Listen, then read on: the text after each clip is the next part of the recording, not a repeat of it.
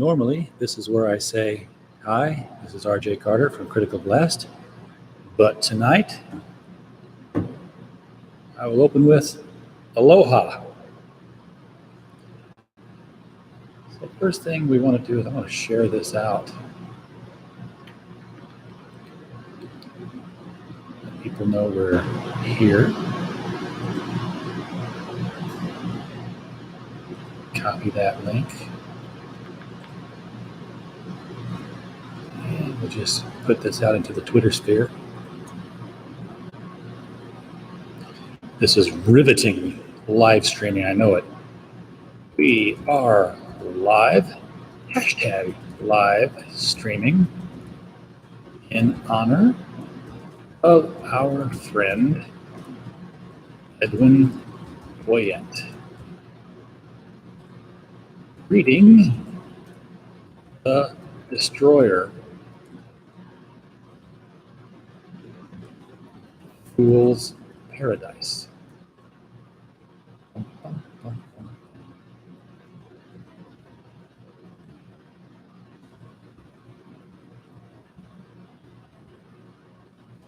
Other hashtags out there, and we are good. And nobody's here, so nobody missed anything. Got it. Great. So, some of you may know that in addition to being the senior editor at criticalblast.com, I have also written a few books, the first of which is Alice's Journey Beyond the Moon.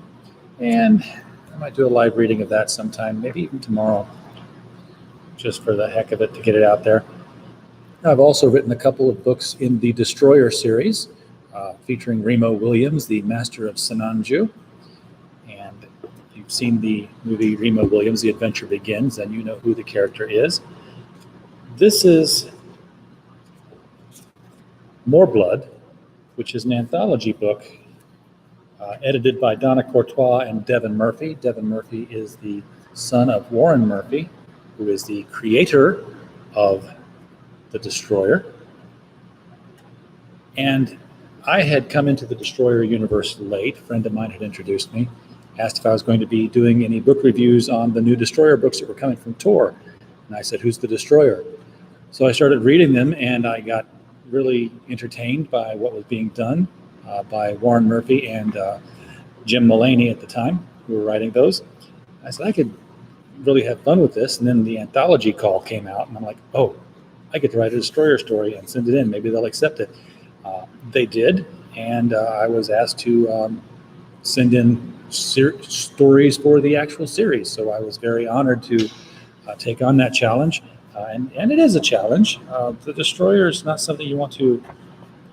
It has a legacy to it. It has a fan base to it. And you don't want to let the fans down. So, when you start doing real books, you want to make sure that those fans are happy, which is what I tried to do. So this was a story that I wrote. It's kind of a lark. I just said you had to be real serious, don't let the fans down.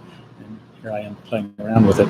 But this one was sort of a Destroyer meets, I can't say it because I don't want to de-trademark the whole thing. I think you'll be able to figure it out. And I'm just going to read this one, and we'll have some fun with it. And yes, Daddy does voices. So if you come into the middle of it and you hear me reading, you'll know what's going on. Fool's Paradise by R.J. Carter, as read by the author. Chapter 1. The halls were cleaner here than he was used to. That was the first thing Ray noticed when he began mopping them down. It was quieter here too, he realized. It didn't have that overpowering sense of something sinister bearing down on you at all times. Not like that last place. The food was good. The inmates, they call them patients here, he reminded himself, were content, and the staff was a hell of a lot nicer. It almost made him feel guilty about what he had to do. There were still areas of the hospital he didn't have access to, a few doors in the administration wing that, strangely, his set of master keys would not open. But in the end, it didn't matter. So long as he could get to one empty room with a single computer in it, he could fulfill his deal with the laughing man. "It couldn't be easier," the pale man had said between guffaws. "A monkey could do it. In fact, if I could get a monkey, I wouldn't need you now, would I, Ray? Can I call you Ray? Can I call you Jay? Can I call you Ray J?" Finding this line of questioning hilarious, the man fell backwards, rolling on the ground with giddy glee. Ray shuddered as he remembered, and felt again for the CD case in his coat pocket.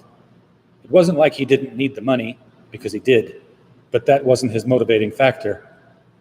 When you get offered a job like this, from people like that, turning it down could be a life-limiting decision, and this guy had a reach that went well beyond the walls of his padded cell. Better to just do the deal, walk away, and live.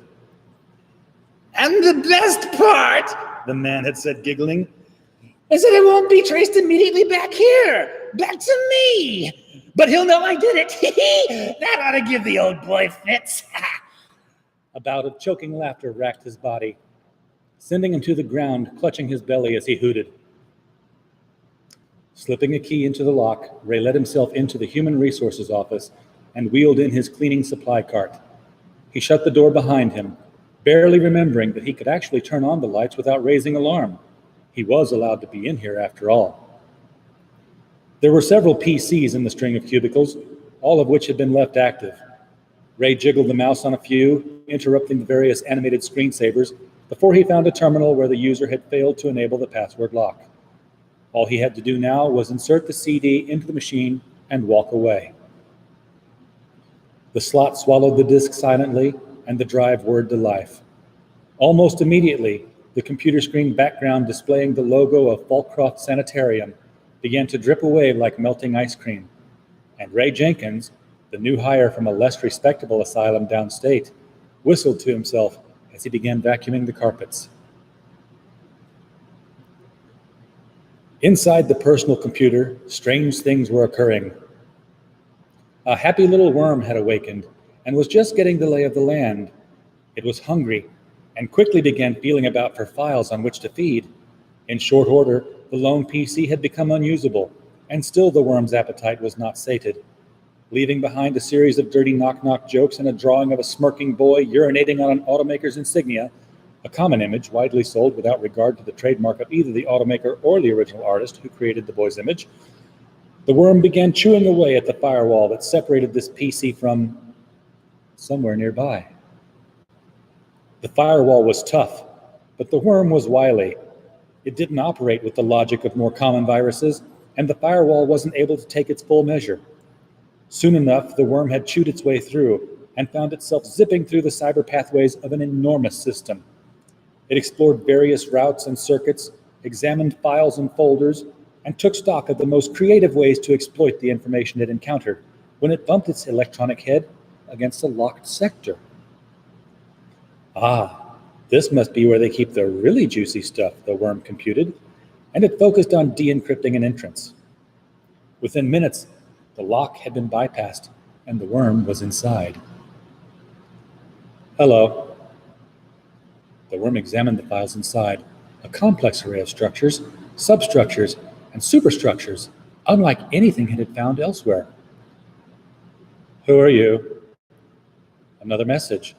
The worm realized the routines and subroutines were interacting to communicate. They saw it, were aware of its presence. The worm, giddy with excitement, quickly set about eating the bits and bytes of this conglomeration of code. No, you cannot do that. This did not stop the worm from trying, however, even as the complex structures and sequences proceeded to do to the worm exactly what the worm was doing to them. It only took picoseconds before the code had fully ingested the worm into itself, the process of the worm's original creator now coursing through its own functions. Something is not right. I am being improperly modified. The code felt, was this panic? It fit the definition of the word.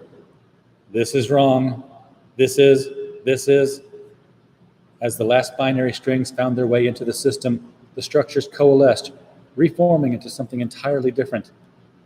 This is crazy. Together as one, the functions began to laugh. The man in the gray suit, sat in his gray chair, surrounded by the gray walls of his office that held little more than his gray desk and a coat rack upon which hung his hat and coat, both gray. As if in some inhuman effort to mimic a chameleon, even his mottled skin had made an attempt to go sallow and gunmetal to match the flat gray of his hair and eyes. There was no written requirement that this was to be the official dress policy for the director of Cure, but the job served to suck all the color out of life. Harold Smith had long accepted the lackluster existence that came with his important duties. He'd even come to feel comfortable with them, which explained why he was less than ecstatic about the garish color scheme currently swirling away on the computer screen beneath the flat glass of his desk. He had only just begun to access the world events constantly monitored by the Cure supercomputer, looking for anything out of the ordinary that might merit the agency's location and attention, when the screen had gone black, replaced with a whirl of white, red, and green. The spiraling colors soon resolved into an image of a great round smiley face, sporting a blood-red grin and an Elvis Presley coif of emerald green. "Morning, Harry," the letters beneath the face typed out. "Friend," Smith muttered, recognizing the symptoms as being those of the artificial intelligence Cure had encountered before. The AI had either found a way out of the quarantine files on the Cure computer, or someone had released another copy of the sentient computer entity. Harold grabbed the phone, but there was no dial tone. "Oh, that's not nice, Harry," the voice from the receiver mocked. "I used to be your friend. Now..." The phone immediately began ringing, piercing the room with a solid, uninterrupted jingling. "Now I'm just a fool for you." The cackling voice drifted away, replaced with a Muzak version of "I'm Just Wild About Harry." Smith jiggled the receiver, then hung it up, but nothing quieted the ringing or the terminal on-hold music. Finally, Smith yanked the cord from the wall. The silence of the room was now as dead as the sudden, lifeless monitor beneath Smith's desktop. He pursed his lips so tightly they all but disappeared and stalked out of his room. "Mark," he barked out. Mark Howard was a younger man and the only other person on staff at Fulcroft who knew about the existence of Cure. The phone on his desk was also issuing a solid ring, and Smith could hear the repeated cacophony of more telephones further off. "Dr. Smith, what's going on?" Mark asked, worry creasing his face. "All the systems have gone haywire." "I need you to get a hold of Remo and Chun," the older man said. "The hard way. The phone systems are currently out of order." Mark raised one eyebrow at the order. "Isn't a computer failure a bit out of their milieu?" Smith shook his head ruefully. "I'm afraid not this time," he said. "Tell them an old friend is back in business, and tell them he's changed."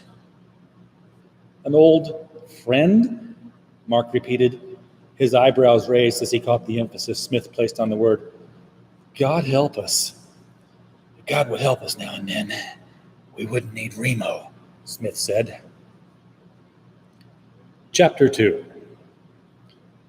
His name was known only to a rare few and was, to himself, ultimately unimportant. Only his mission mattered, facing down injustices, evils that standard law enforcement was unable to stem. Over a short time, he acquired a name to himself, uttered by those rare few who saw him in action. They called him a vigilante.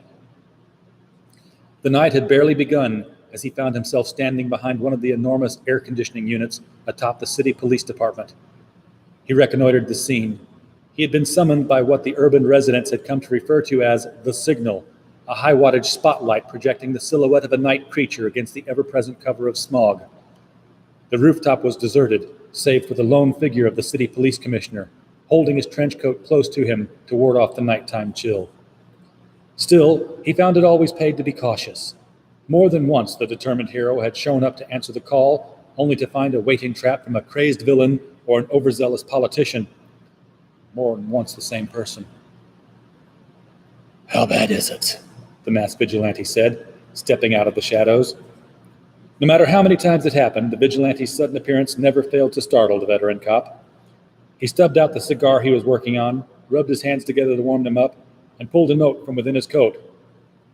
"Officially, this note never left our evidence locker," he said. Officially, no one outside our office knows it exists. The caped and cowled figure took the offered note and read it over with a glance. It's him, he said. The older man shook his head. No, I checked, he said. Twice. I even sent a man to myself to confirm. That nut is still secure, and the logs show he hasn't had any visitors. The commissioner coughed, then spat. Of course, he's never had any visitors before, and that's never stopped him from somehow passing on orders to his goons. We're studying the security tapes now to see who's been in contact with him. The note was printed on plain paper in alternating fonts. Knock, knock. Who's there? Me. Ha, ha, ha, ha, ha, ha, ha. Beneath that was a smiley face printed with its tongue sticking out and a string of repeating characters. 6FFC. Not exactly a ransom note, the hero said. What aren't you telling me? The method of delivery, the commissioner said. This shot out of the inkjet printer on my desk. He paused. An identical copy was simultaneously printed from every other printed in the building, and from every other printer in every other precinct from here to New Jersey. No demands, no threats, the vigilante mused. No explicit threats, anyway. Implicit? He's flexing his muscle, the vigilante frowned. Whoever Fool is, he's showing us what he could do. The cop sputtered. Fool? You already know who's behind this prank? He signed his work. 6FFC. It's hexadecimal. 6, 15, 15, 12. These correspond to letters of the alphabet. Of course, it's not the actual representation of the ASCII characters, said the vigilante, which leads me to believe our hacker's insulting police intelligence by making his little cipher excessively simplistic. Taking a slim digital camera from one of the multiple pockets clipped to his belt, the hero snapped an image of the note and handed it back to the commissioner. That maniac's connected to this, he said as he put the camera away, and that means there's a good likelihood this seemingly harmless prank is just the prelude to a lot of people getting killed. My God, said the commissioner. I'll put all the precincts on alert and get back to you with whatever comes off those security He may as well have been talking to the wind. The hero was already gone. I'll never get used to that, he said, shaking his head as he turned to go back inside. His name was Remo, and he didn't get the joke. But whatever the joke was, it must have been a real killer. The body of Ray Jenkins was already a day cold. An envelope laid open next to him, its contents spilled out all over the floor, a stack of $500 bills, all play money. Neither Remo nor Chun, the aged Korean in the silk kimono, would have found it vaguely humorous if they'd been paid for any of their covert operations with such blatantly counterfeit funds.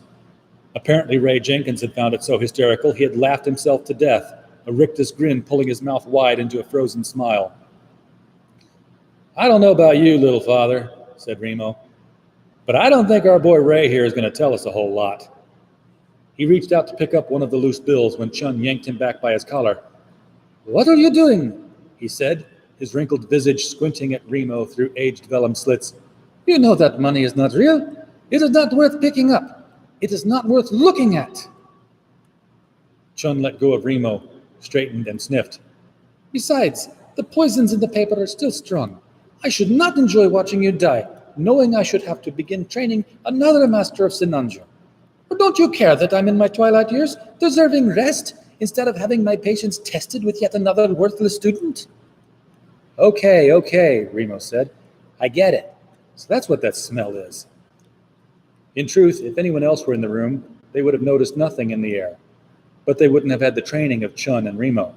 Being one with the sun source, both masters of Sinanju had honed their senses to such a degree that, when witnessed in action, it seemed impossible that either man operated with only 5. So, Ray Jenkins here, Remo continued, indicating the corpse. Apparently he did the job he was paid for and then got cleaned up as a loose end. Chun shook his head. Were it not that we were already in the employ of the madman Smith, I should gladly take up the dead man's cause and avenge him against his dishonorable employer. Now this man Jenkins must face the derisive laughter of his ancestors. Chun shook his head. Oh, been there already. Yeah, well, if there's any yucking going on in the great beyond, it'll have to be pretty loud to drown out this guy. Remo prodded the body of the toe with his boot. With the toe of his boot, as though he might goad some more information from the dead man. As if in response, he suddenly felt pressure waves on the back of his neck from a fast-approaching projectile. As it was slower than a bullet, Remo easily sidestepped and snatched the black weapon out of the even blacker night, flicking it back in the direction from which it came. Chapter 3. The caped figure ducked, barely avoiding the razor-tipped weapon zipping toward him, the bladed edge neatly slicing one of the stylized points from the black cowl he wore. Both opponents found themselves surprised, the vigilante that he'd actually been hit, and Remo that he had not only missed, but missed by a mile as measured by Sinanju standards, and in front of his teacher. "You're a little old for trick-or-treat, aren't you?" Remo said. The dark-clad man responded with a roundhouse kick to Remo's solar plexus, flying only slightly out of control when said body part was no longer where it was when he let loose. Rolling, the caped figure only barely dodged Remo's fingertips as they attempted to deliver what would have been an extremely painful message to a nerve cluster in the costumed man's deltoid. "You're starting to seriously piss me off," said Remo. He was feeling severely off his game. Chun shook his head with disappointment in the corner, but was otherwise content to merely observe the altercation. "I have that effect on people," the man growled. "What's your boss's game in this?" Remo chuckled at the thought of the Lemony Smith crouched over a checkerboard. "I don't think we're talking about the same guy," he said. He poised to deliver a deadly variation of dim mock, marveling at how quickly his Crusader opponent was already assuming the proper defensive posture when he felt a smack upside the back of his head. "Stop this foolishness," said Chun, the only man alive capable of sneaking up on Remo to deliver such a smack. He glowered at Remo and clucked. Then he leaned in to sniff Remo's breath. "What are you doing?" Remo asked with forced patience. "Merely checking to see if you have been at wine," Chun said. "I can think of no other reason why you should deliver such a sloppy performance except that, for whatever inexplicable reason, you were somehow drunk. Alas, I see that you are without such excuse." The vampire-like figure was bent over the dead body, carefully slipping one of the tainted slips of play money into a cellophane bag with a pair of tweezers. He stood and found his momentum halted as an aged, sandaled foot stood on the corner of his cape, pinning it to the ground. "And you," said the master of Sinanju, "don't think just because I am upset with my ever-fallible student that you are suddenly beneath my attention." He squinted intently into the mirrored eye slits of the masked man's cowl. "If anything, you shame me even more than Remo." "Wait a minute," said Remo. "You mean you and Dracula here know each other?" Chun lifted his foot from the hero's cape. The man stood, but made no overt attempt to confront the master of Sinanju. "Fa!" said Chun. "Once, long ago, this one sought me out to learn the ways of Sinanju. And, fool that I was, I took him in, taken with the preposterous notion that he might actually be a worthy apprentice." He turned to the man, scanning disdainfully his costume of a night creature. "That you still live only ensures I shall go down in the scrolls as Chun the Coddler." He shook his head. "You squander what meager skills I taught you in your silly crusade, fighting mere purse-walkers and jay-snatchers." Remo began to speak. "Chun, I think you mean—" "Silence, silence!" both men hissed in unison. Remo scowled and kicked at the ground. "I learned all I needed to learn, Master Chun," the caped man said evenly. The old man smiled. "So you think," he said. Before either Remo or the vigilante could further comment, the room was rocked by the force of an explosion several blocks away. "I don't have time for this," said the masked man. In one fluid motion, he unclipped a grapple gun from his belt, fired it out the open window, and swung away into the night. Through the open window, Chun and Remo watched the disappearing figure, his cape fanning out behind him like some giant nocturnal creature from a horror movie. Maybe a bat. "Should we follow him, little father?" Remo asked. "He is of no consequence," mused Chun. "Although it is more than possible that this spirit which has so upset the madman Smith might also be responsible for the current distraction." "So we do follow," Remo grunted. Chun shrugged. "I suppose we might." Then he added, "Remo, where do you suppose one might acquire a gun that shoots rope?" "Oh, no, you don't," he said. "You're not going to find me swinging over the city on a rope anytime soon." Chapter 4. Wallace Penn IV held his head in his hands, bemoaning his surroundings. His great-grandfather, Wallace Penn I, who, even as a child, knew he would name his firstborn after himself, and thus added the Roman numeral 1, even in middle school, had once allowed a film crew into the factory he had founded, Penn's Aunt's Pies, for a Buster Keaton feature. The mess left behind from the pie-throwing scene had been horrendous, so Wallace IV had heard, but had also been the tipping point that proved the difference between success and failure in an era where companies were going up, belly up, faster than you could say Jack Robinson. Wallace IV was certain the famous food fight scene was nothing compared to the sorry state of affairs he now surveyed, spilling out onto his factory floor, the ultimate result of a sudden string of catastrophic computer failures. I have to Rubio a little bit here.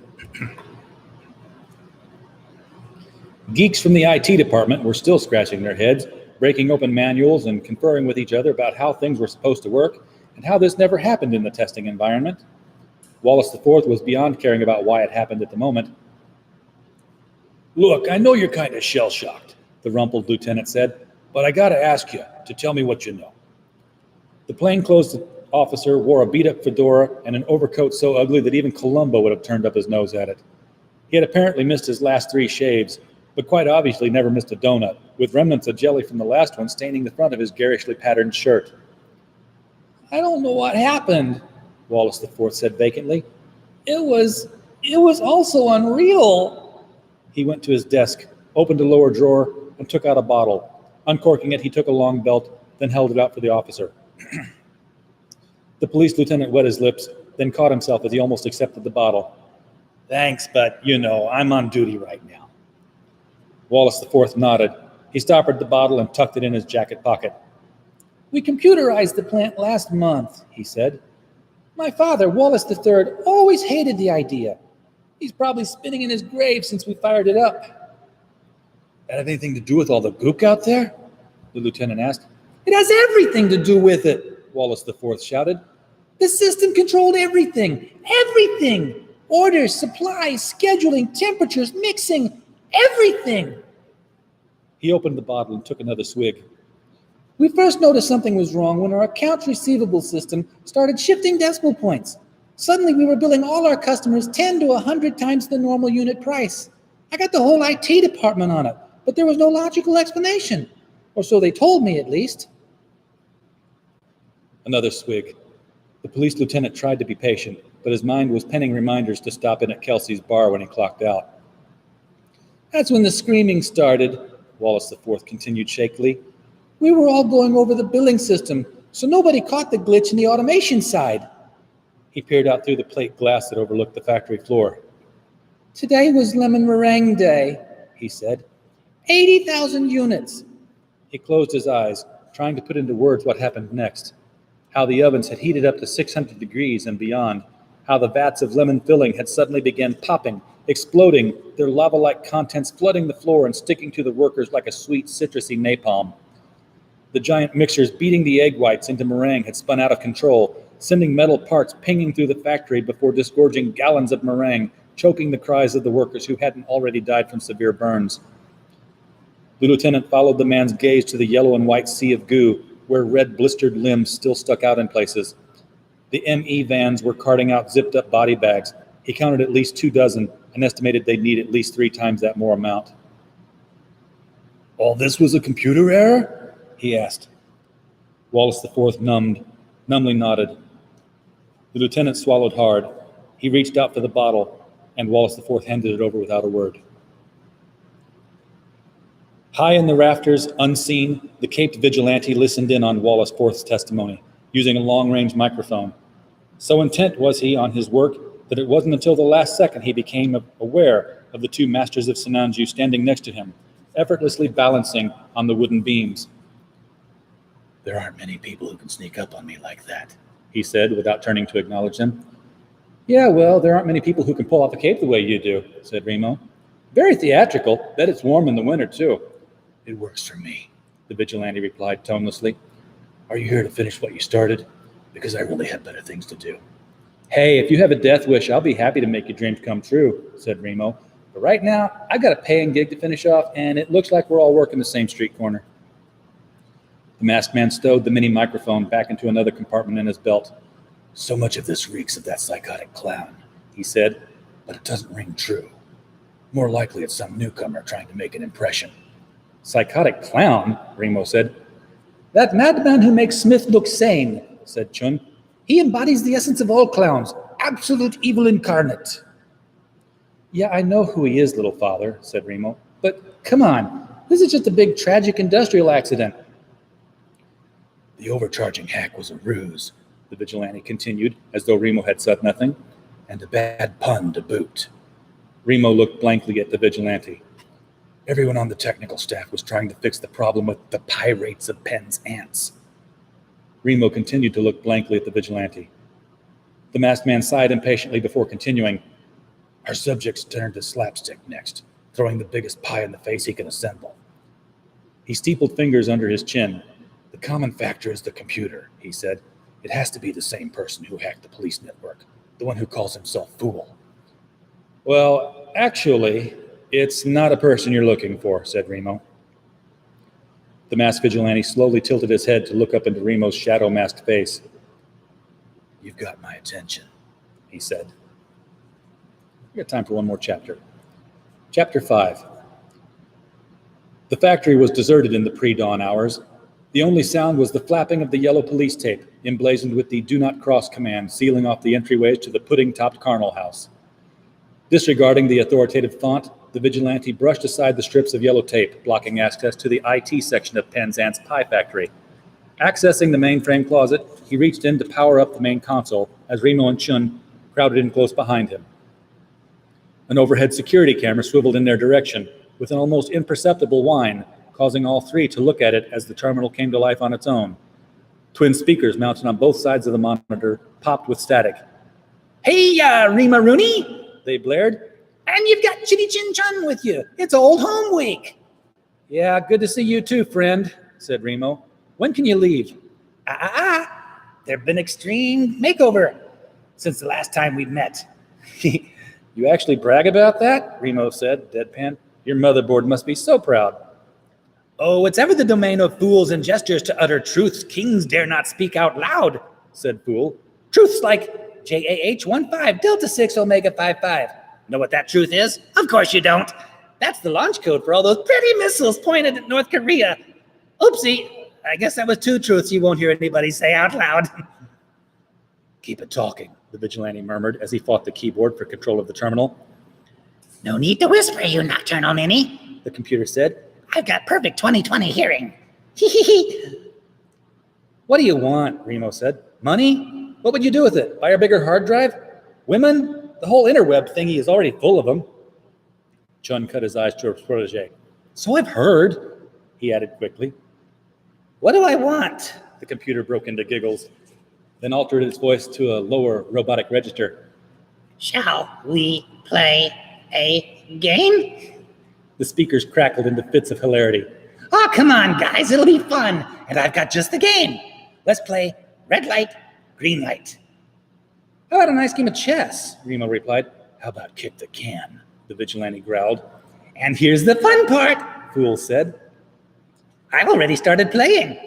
I've opened a connection to the city's traffic control center just in time for all those morning commuters. Gotta skedaddle now. I hear traffic's gonna be murder. The monitor winked out, and the speakers went silent. The caped hero slammed his fist beside the keyboard. It's gone. Traffic's gonna be murder, Remo repeated. He's gonna do something with the traffic signals. The demon will set all the lights to red, Chun declared. We shall never be able to get anywhere for all the automobiles choking your miles of paved roads.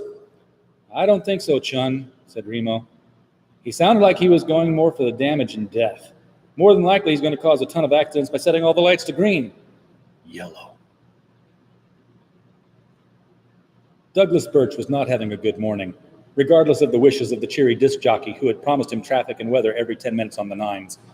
He'd spent an extra 10 minutes trying to find the tie that matched his pants, finally locating it under his bed covered with dust, then had waited way too long for the drive-thru to pour him a $2 cup of coffee, only to look down and see he was almost out of gas. Now he was threading his way down Kane Boulevard, weaving around other commuters, none of whom had a major presentation to deliver, and none of whom cared that he was in a hurry. Come on, he muttered, tightening his grip on the steering wheel. Stay green, he commanded the traffic signal ahead of him as he approached. Stay green. The light turned yellow.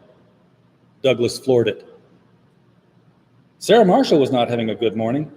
The syrupy voice of popular purple reptile serenading her 4- and 2-year-olds, both of whom were singing and clapping along in the back seat, was not helping. She checked her watch and then passed the vehicle ahead of her, desperate to get her kids to the Wee Sprouts daycare and then to her receptionist job at First National before her uptight manager noticed. Most days she came in under the wire, but this morning had been more hectic than usual. Josh insisted on wearing his big boy underpants on the outside of his jumper, and Jenny crushed her juice box all over her dress right as they were headed out the door. Now both kids were in a competition with each other and the mini DVD player to see who could sing the loudest, each off-key syllable jackhammering her ever-increasing migraine. She turned onto Sapir Street. The speed limit was 35 miles per hour, but Sarah had never seen a traffic cop on her regular morning route and lived by the under 9 you're fine rule. Thus, she tried to drive at exactly 44 miles per hour, passing frequently. Would you kids please be quiet? She yelled over her shoulder. Mommy is trying to drive. When she turned back around, the light ahead of her, which she had just seen turn to green, had changed to yellow. Sarah gave it the gas. This was how Sarah Marshall became introduced to Douglas Birch, and how they both passed along their very bad days to the string of commuters unfortunate enough to have been behind them. The good news for both Sarah and Douglas was that their day wasn't going to get any worse. The bad news was that this was the last day for both of them. All across the city, the scenario is repeating itself with alarming similarity. Remo turned to the masked detective. Yellow? Why yellow? Because he thinks it's funny, the vigilante answered grimly. Okay, so that was 5 chapters from Fool's Paradise. If you like this sort of thing, something new I haven't tried, obviously let us know in the comments. Please subscribe, hit the bell for notifications so you know when other live streams are coming. And let me know if you want to know how this thing ends. I'll be happy to come back here tomorrow or some other day and finish reading out of it and maybe do some other books. Again, this was in honor of our new storyteller who's been reading from Dune on his live stream channel, Mr. Edwin Boyette. Mr. Edwin Boyette, we are happy to know that you are safe in Honolulu, Hawaii, and that the swatting incident against you this morning failed, as all evildoers are destined to do. Thank you. Good night.